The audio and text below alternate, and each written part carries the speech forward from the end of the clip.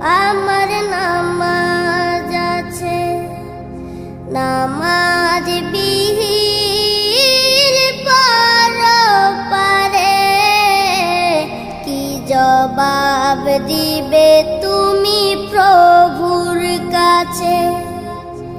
প্রভু